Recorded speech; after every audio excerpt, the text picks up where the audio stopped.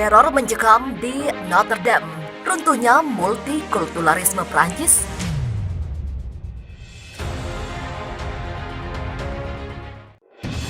Bermula dari Charlie Hebdo, sebuah majalah Prancis yang mempublikasikan kartun Nabi Muhammad SAW, rentetan teror pun terjadi.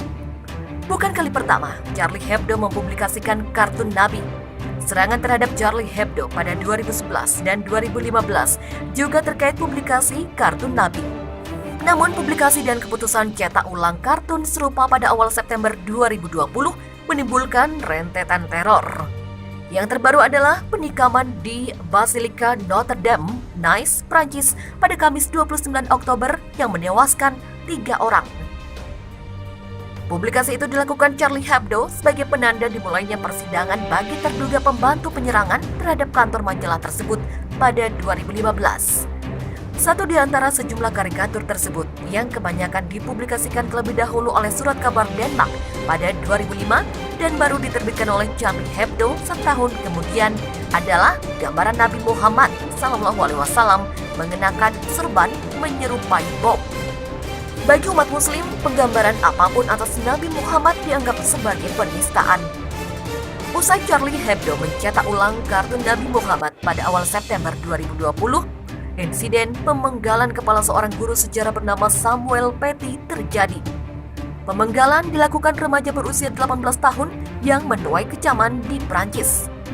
Sebelum insiden yang terjadi pada 16 Oktober lalu, Paty diketahui telah menjadi subjek kampanye kebencian secara online setelah membahas kartun Nabi Muhammad SAW di kelasnya.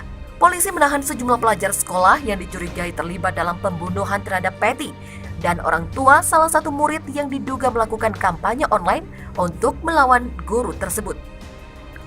Namun pada 19 Oktober, 6 orang dibebaskan, yang diantaranya adalah 4 anggota keluarga tersangka, yakni Abdullah Anzarov, seorang remaja berusia 18 tahun yang berasal dari Chechnya, Rusia. Anzarov telah ditembak mati oleh polisi setempat tak lama setelah diketahui telah membunuh gurunya. Menanggapi kasus tersebut, Presiden Prancis Emmanuel Macron menjanjikan lebih banyak tekanan terhadap ekstremisme Islam di Prancis. Macron telah memberikan penghormatan kepada Paty dan mengatakan Prancis tidak akan melepaskan kartun tersebut. Penggambaran Nabi Muhammad secara luas dianggap tabu dalam Islam dan menyinggung banyak umat muslim. Tetapi sekularisme negara atau laïcité yang merupakan pusat identitas nasional Prancis menilai bahwa pembatasan kebebasan berekspresi untuk melindungi perasaan satu komunitas tertentu dapat merusak persatuan. Merespon pernyataan Macron, Presiden Turki Recep Tayyip Erdogan meminta masyarakat Turki untuk memboikot barang-barang Prancis di tengah pertikaian atas sikap Prancis yang lebih keras terhadap Islam radikal.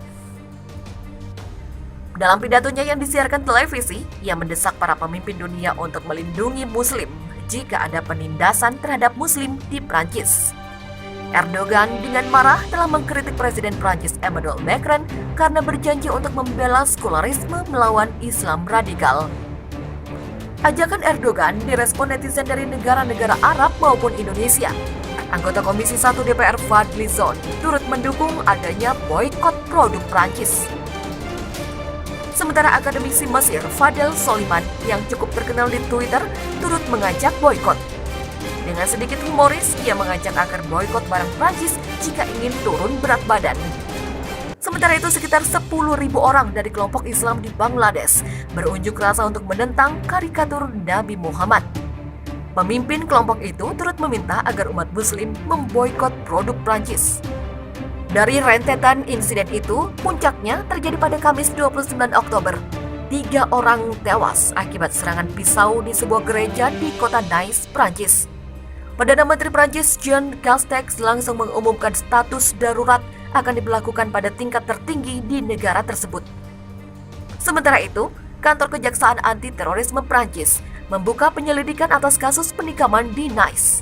Pada hari yang sama, laporan serangan lainnya juga datang dari kota Avignon dan di Jeddah, Arab Saudi. Seorang polisi setempat menerangkan bahwa seorang pria bersenjata ditembak mati oleh petugas di Avignon setelah ia menolak untuk melepaskan senjata dan ketika tembakan peluru karet gagal menghentikannya. Sementara, kantor berita yang dikelola pemerintah Arab Saudi juga melaporkan seorang pria menikam seorang penjaga di konsulat Prancis di Jeddah. Prancis merupakan negara yang memiliki prinsip menjunjung tinggi kebebasan. Prinsip itu tertuang di Deklarasi HAM Prancis yang sudah ada sejak Revolusi Prancis dan sebelum Napoleon Bonaparte berkuasa. Fenomena clash of civilization atau benturan peradaban lantas terjadi karena prinsip kebebasan berpendapat di Prancis sedang terbentur dengan isu agama. Cendekiawan Nahdlatul Ulama Zuhairi Misrawi menilai perlu ada dialog-dialog kebudayaan dan peradaban agar muncul sikap saling empati dari berbagai pihak. Pria yang akrab dipanggil Gusmis itu menyebut ada isu-isu yang masih tidak dipahami negara barat tentang Islam. Ia berkata masalah itu tak terlepas dari kolonialisme di masa lalu. Hal ini ia anggap sebagai tanggung jawab bagi umat muslim dan institusi lainnya agar Prancis dan dunia barat dapat diberi pemahaman. Sementara menurut mantan Kepala Kontra Terorisme Inggris, Chris Phillips, rentetan teror penikaman di Prancis merupakan hasil dari percobaan multikulturalisme yang gagal di negara itu. Ia mengatakan kekerasan mengikuti saat liberal yang dianut barat bentrok dengan Islam. Berdasarkan pengalamannya, Phillips terkejut banyaknya muslim moderat yang melihat kartun Nabi Muhammad sebagai perbuatan yang sangat ofensif dan mempunyai gagasan untuk membalas dendam. Menurut Phillips, inti masalahnya adalah ketidakcocokan Islam dan barat yang liberal. Usai penyerangan yang terjadi di Nice, Presiden Macron menyebut pelaku sebagai teroris Islam. Ia pun mengerahkan pasukan untuk menjaga gereja-gereja dan sekolah. Phillips menilai pengerahan tentara yang dilakukan Macron memang bisa meyakinkan publik dalam jangka pendek. Tetapi, menurutnya hampir tidak mungkin menyaring para pelaku yang potensial menyerang di masa depan. Bahkan menurutnya lebih sulit lagi untuk mendeportasi atau menahan mereka. Sebab seperti pengalamannya selama menjabat di Inggris, banyak tersangka yang merupakan teroris adalah warga Inggris juga. Sementara itu, pengamat Timur Tengah dari Universitas Indonesia, Yon Mahmudi, menyayangkan munculnya karikatur Nabi Muhammad di Prancis. Meski demikian, ia menyebut agar umat muslim di Prancis tetap tenang dan menghindari provokasi. Terkait ajakan boikot dari Erdogan, Yon Mahmudi tidak terlalu mempermasalahkan. Hanya ia berharap agar tidak ada tindakan yang destruktif.